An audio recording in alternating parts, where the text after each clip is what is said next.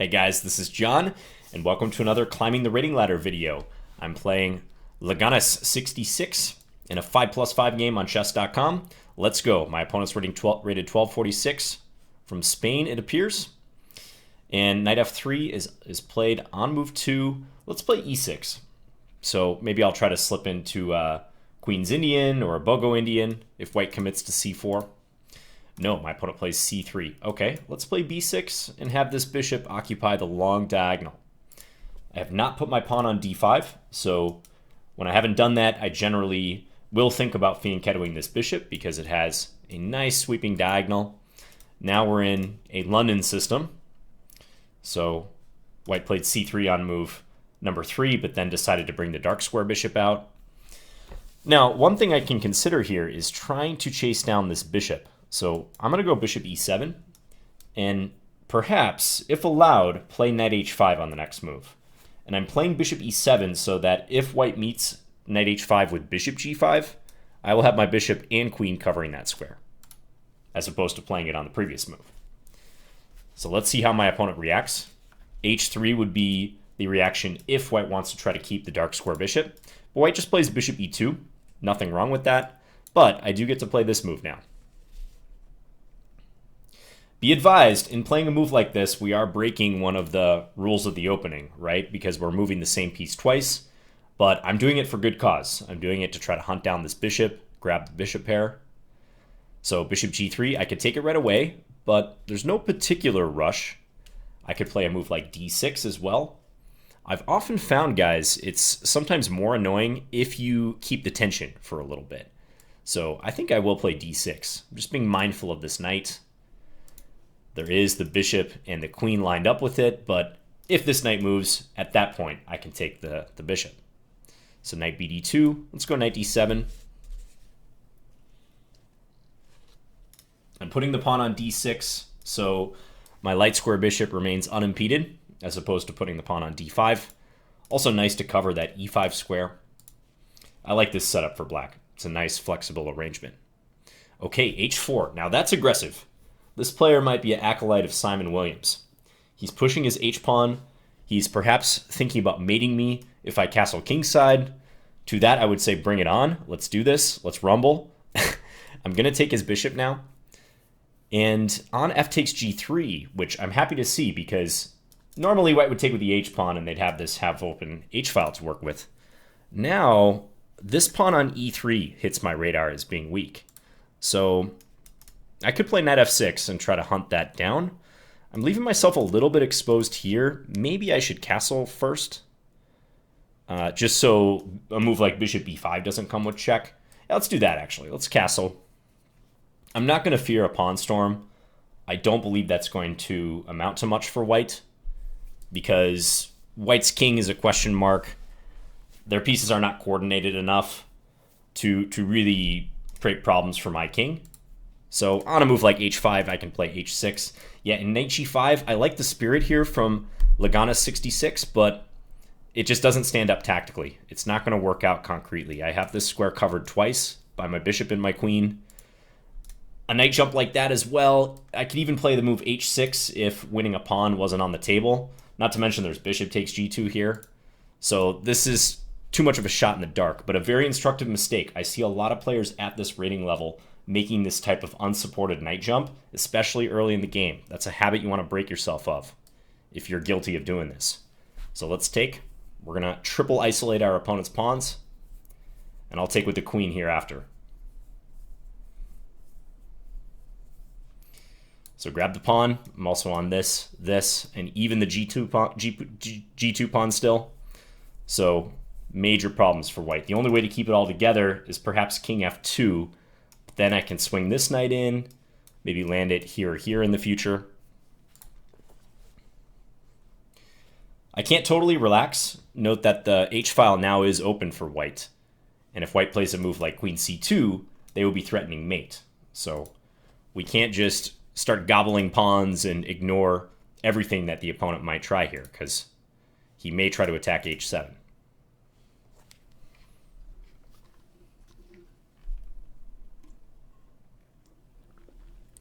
Hope everyone's been doing well. I've been kind of radio silent, at least on my YouTube channel. You guys know I've been upgrading my computer along with some of my peripherals and stuff. And also mainly I've been working on a course on the Scandinavian for Chessable. I've been making some good progress on that. Still have a ways to go. But yeah, I'm happy with what I've been working on so far. So my opponent castles, and that does cover the g2 pawn, but g3 and e3 are both hanging. Which one should I take? Because I will take one of them. I think I'm going to take e3 with check. Nice to do things with the gain of time, so let's grab that pawn. Yep, king h2, that defends the g3 pawn. I could give another check here if I want, but I could also get this knight in the game. I have mentioned that. I like that move, so let's go ahead and play that. And if I were white, I would start thinking about trying to neutralize my light square bishop. So a move like bishop f3. I think my bishop has too much influence right now. A move like knight f3 is going to run into knight g4, and that's going to have devastating consequences. So, yeah. Good decision here by Leganes. Bishop f3. Now, I may take this. I could give a check. I don't see what the check really does. I kind of like taking here. Let's go ahead and capture, because queen takes f3 runs into queen takes d2. Yeah, rook takes f3. It's also possible to take with a pawn if white wanted to straighten out the pawns a little bit. But white's going to force my queen back. So let's give a check at this point, and maybe I'll continue with knight g4 after this. Getting my queen and my knight working together. Because unlike my opponent's knight g5, there's nothing stopping me from going knight g4. White doesn't have a defender on that square. And my knight is working in concert with the queen. It's not just a random knight jump. It's working in concert with the queen to target the h2 square. So that's my threat. Queen h2 check, king f1, queen h1 check. The knight and the queen, they're a notorious attacking unit. And why is that, guys? Many of you may know this, and I've mentioned this before in my videos, but just stop and think. Why do the knight and the queen work so well together? The answer is because they don't reproduce any of the same movements. They just purely complement each other. You know, a queen moves in the style of a rook and a bishop together, and a knight, of course, moves like a knight. It's a unique piece. So good move by my opponent here, knight f1, by the way. They cover the h2 square. So what will I do now? Maybe f5 to kind of prop up that knight. Knight on f1. I'm not having fun, at least in terms of h2. That's the white version of knight on f8, there is no mate. But I like f5 here. I'm up a couple pawns. I can play this move to support my knight. Maybe lift the rook someday. But it's just a nice protection move to play. Even though that knight isn't immediately attacked, I feel more secure now. So yeah, like when rook f4 is played, it's just nice to know that this is defended. So maybe I can play a move like e5. What else might make sense? Even a slower plan here. Queen h5, rook f6, rook h6. That seems pretty tough for white to defend against as well. Kind of like that plan. I can even be a little savvier if I want to implement that, right? Like maybe I play rook here first. So I don't think I mind if white takes. Now let's go here. Just a little overprotection. I do leave the e6 pawn unguarded, but rook f6 will cover it. Maybe white will go here, trying to eye up my rook in the corner, but I can just swing this guy over. Yeah, I'm going to go for this. Ideally trying to checkmate on h1.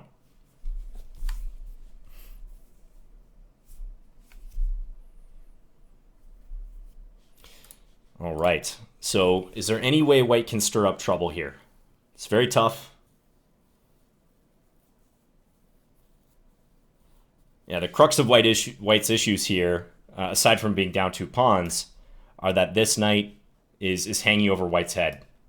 And they can't ever abandon the h2 square. They'd really like to trade for this knight, even though they are down material. But I just don't see it realistically working out. Okay, queen d3. That gets the queen off the back rank, but it doesn't create a threat. So let's go ahead and lift the rook. And I've got more firepower on the way.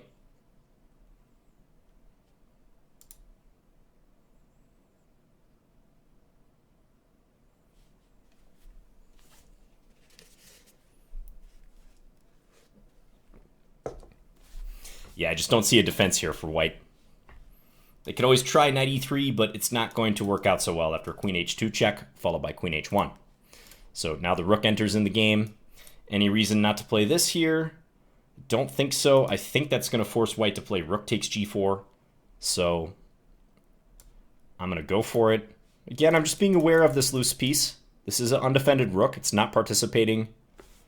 If I wasn't getting anywhere with this h-file plan, I would have moved the rook over. Yeah, and here this attacks the rook, but it doesn't do anything about the checkmate threat with my knight guarding f2. So this is mate. Okay, thanks to Leganes66, or maybe Leganes66, depending upon the pronunciation. I would think it would be 2 L's if that were the case, but I'm kind of rusty with my Spanish. So yeah, thank you for the game. Just going to tell him gracias and GG. So that was an instructive one, guys. I think that knight g5 move, I was harping on that at the time it was played, but that is the overly optimistic type of move you see a lot. Let's say sub 1400 or so. It's just the knight is not supported enough. White's losing a pawn, and I think most importantly, aside from the losing the pawn aspect, there's just no additional piece or pieces participating in the attack. You got to be careful about that. Like a lone minor piece jump, it's usually a knight, sometimes it's a bishop, but a lone minor piece jump into the opponent's half of the board early on, it's going to be tough to pull that off unless there's clear backup and additional pieces participating. So after this, I picked up an incredibly useful pawn. I'm hitting multiple points here, and this can easily collapse. I think white should play king f2 at this point, but black's having all the fun here. Also, I think h4, this is not quite in the spirit of the position here. I would have castled probably as white in this position. Maybe a move like queen c2 if white really wants to keep open the option of castling queenside. But I may delay this decision to capture until white has castled. Like maybe now I decide to do it so that on h takes g3, there's no option for white or worry on my part about castling kingside myself. White's not going to have a potential attack there. Although I think that even if white still had the rook on h1, I think this attack is a little overrated. Usually it's not going to lead to a whole lot. So yeah, some instructive moments here. And again, if white wants to keep the dark square bishop, after bishop e7, I think h3 would be the way to go to meet knight h5 with bishop h2. So those of you who are London players, you will know that well. So the timing of h3 is often corresponding with the threat of knight h5, the threat of hunting down the dark square bishop somehow. And had white played that, I probably would castle, or maybe play d6, knight bd7, look for a moment to eventually attack with my e or my c pawn, perhaps. Let's just take a quick peek with the engine. I think we hit all the major points, but I will be kind of curious, especially later on, if there's any way I could have played the attack better, or maybe Leganes could have defended better. So yeah, flexible move order from both sides. Sort of a delayed London on white's part. And if we just click it's always good to look at the database. If we click the database here, you can see that h3 is the second most popular move in this position. Knight bd2 is played most often, but look at the stats. Black's scoring pretty well here, probably because, yeah, c5 castles, and I would think especially knight h5. That's the move I would play here, trying to go after that dark square bishop, that London bishop. But yeah, h3 on the other hand, after bishop e7, get to keep that bishop, and you can maybe take a look at some of these games if you're curious. Looks like black often plays c5 and knight c6. Yep, this is another setup black can go for, probably the most active setup, even though you are blocking the light square bishop. This is mainline stuff. d6, I'm just clicking through some of the most popular moves here. Yeah, so black will gradually try to counterattack the center. But as played, bishop e2, I went ahead and played knight h5. My forward key is actually broken on this keyboard, believe it or not, so I mostly have to click forward here as opposed to being able to hold the forward arrow. Bishop g3. Yeah, another option for white, given that after knight h5 I will get this bishop, Another option would be to let me take. You can see the engine like c4 here, just letting me capture. I would be pretty happy to face this, but this is something some London players do sometimes where they try to maintain control over the e5 square, so do be aware of that. I actually co-authored a London course with FIDE Master Daniel Barish that's available on Chessable. The link is actually in the description if you're curious. But we go over a few scenarios like that in the course where white may want to do this and even encourages it. Oh. I'm sorry, I just reset the board. Let me grab the game anew here. All right, so bishop g3, I play d6 here, just a flexible move. Because again, that bishop is not escaping anywhere.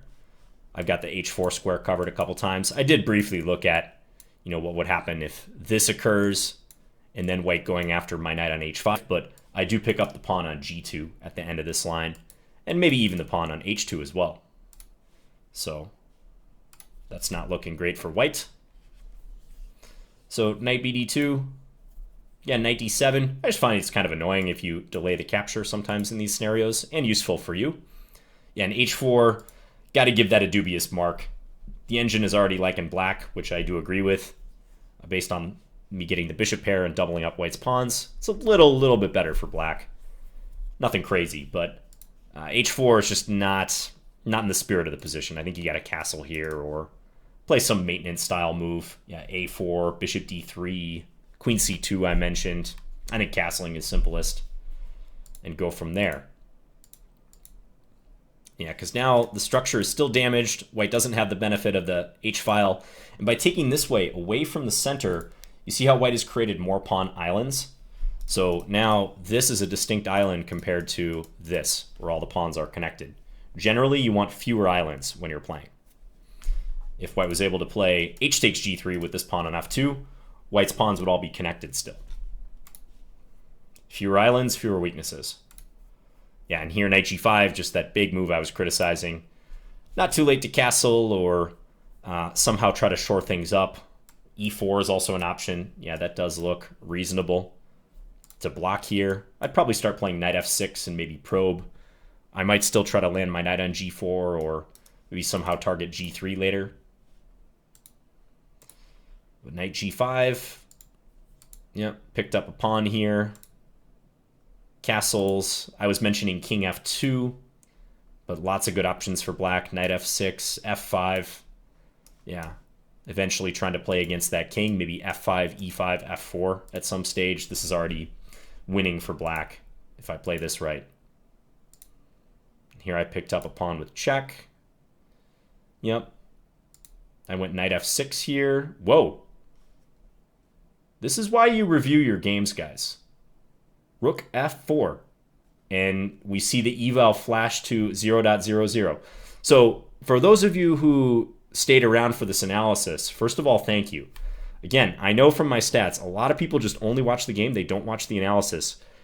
So maybe those of you who have stuck around for the analysis, why don't you say so in the comments? I'd love to hear from you. But this is why you look at your games, guys. If I hadn't bothered to click on the engine and I went with the assumption that I just played more or less fine, perfect even, after my opponent dropped that pawn on g5, I never would have known about rook f4. But do you guys see what the point of rook f4 is? It threatens knight f1. My queen is actually in danger now. Look at that. So let's just say I play a random move here. Knight f1 or knight c4 for that matter. That queen is ensnared. White has taken away the escape square for the queen. Chess will never cease to shock you guys. Chess is a completely predictable game in the sense that it's 100% known information, right? Like there's no real bluffing involved in chess in terms of the moves on the board. And rook f4, I mean, that would have caught me completely off guard, but I can see as soon as that is played what the idea is. You got to look at your games. Don't just think you're going to get better by playing a game, a convincing game even, and being satisfied with the result. No, looking at the games is often more important than what actually happened in the game. I know I'm kind of going on a rant here, but especially nowadays, I see a lot of people are new to the game, and maybe they're browsing around for content, watching videos. That's all awesome. A lot of people are only interested in what actually happened in the games that they're looking at, whether it's a classic game that they're reviewing on a YouTube channel. And I've had a couple comments on my videos like, why are you bothering to go into depth in these variations? This is exactly why, guys. Chess games are like icebergs. Maybe 10% of the interesting stuff and the stuff that might make you better as a player actually happens in the games. There's a lot of stuff under the surface that you're missing if you're only focusing on the moves played in the game. So do take your time in analyzing them. So rook f4, wow. Yeah, I would have to readjust if that move were played. And look at this top line from the engine. e5. The engine thinks that I have to try to sacrifice my queen for a rook and a knight here. And it does give an edge for black now. It's changed its mind a little bit. But I mean, this would be quite the departure from what I was expecting, right? Queen takes e2 or e takes f4 and allow this. We're looking at a position like this all of a sudden. Or yeah, it's -1. It's in my favor still. But totally different ballgame. White would love to have this. So I learn stuff like this all the time. Yeah, so rook f4, sealing off the escape. So that means my move, knight f6, was just bad here. And that maybe I should have thrown in this check first. Yeah, check, king here. And now probably a number of moves are good. Yeah, knight f6. This could end up looking similar to the game. I still have the option of checking here. But I didn't really even think twice about my queen being on e3. I thought, all right, if white attacks it, I can always retreat it then. But that is savvy. Rook f4 after knight f6. Okay, so instead, bishop f3 was played. I took. That looks good. Yeah, I think I would have taken with the pawn now if I were white, just to try to straighten out these pawns. Still much, much better for black, but a decent option. And then check. I guess white can't play king g2 because of knight d5. That is a big issue, threatening a royal fork. Look at that. And on knight c4, hopefully it won't take you long to figure out how black refutes this. Knight c4, I can play the move b5. Kick the knight away from guarding the e3 square, and I'm winning further material here. Guess white can even play rook h1, but I have a lot of things I could do. I could even take if I wanted. And say, that's okay, you take my queen, I'm going to go after your queen. And still be up material. White took with a rook, though. Did I miss... Oh, wow. I missed the immediate knight g4 as well. Huh. Yeah. That's another clear error on my part. Knight g4. Probably some of you wrote this in the comments already. I played queen h6 followed by knight g4. But this was even better because here I can check, check. And this is what I was trying to land in the game. Like this. Run white's king all the way out and then take this pawn on g2. I even have knight f2 coming. So, yep. Yeah, queen h6 is still -5.5 or something, but knight g4, even easier way to play. And on king h3, yeah, I have a check here, but I also have check. This is a nice line, check like this. This is quickly leading to mate, it seems. So, okay, at least 2 points I could have clearly improved here. Could have won faster with knight g4, and most importantly, I missed the rook f4 resource. Yeah, so this was played. Knight f1, good move on my opponent's part. And I think the advantage is just too great here. But not yet over. Computer is saying that at this point, white should maybe think about sacking the rook for the knight, though. This is a plan, by the way, this rook lift. That often happens with this pawn structure. So do be aware of that. Yeah, just trying to offer some constructive advice for white here, but I don't think there is much. Queen b3 is what the engine wants to do. What if I just go here now? Rook e1. Okay, so trying to attack this pawn. That might slow me down a little bit, since queen h5 can be met by this. Yeah, I guess the immediate pressure against the e6 pawn is probably white's best bet. But I can always enlist the help of this rook, too, if I want to help defend, and then try to resume the plan soon.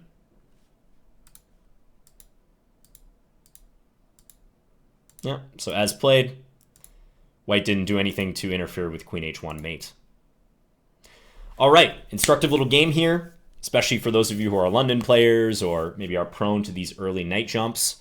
And we also talked about the importance of analyzing your games too. That's, one of my number one pieces of advice, and it's a time-honored piece of advice in chess. Look at your games after you play them, and also play longer games so you can have high-quality examples to review and to learn from when you play. All right, once again, hope you guys are doing well. Let me know if you have any questions, and hopefully I'll be back again soon with another video. All right, enjoy the holidays, guys. Bye.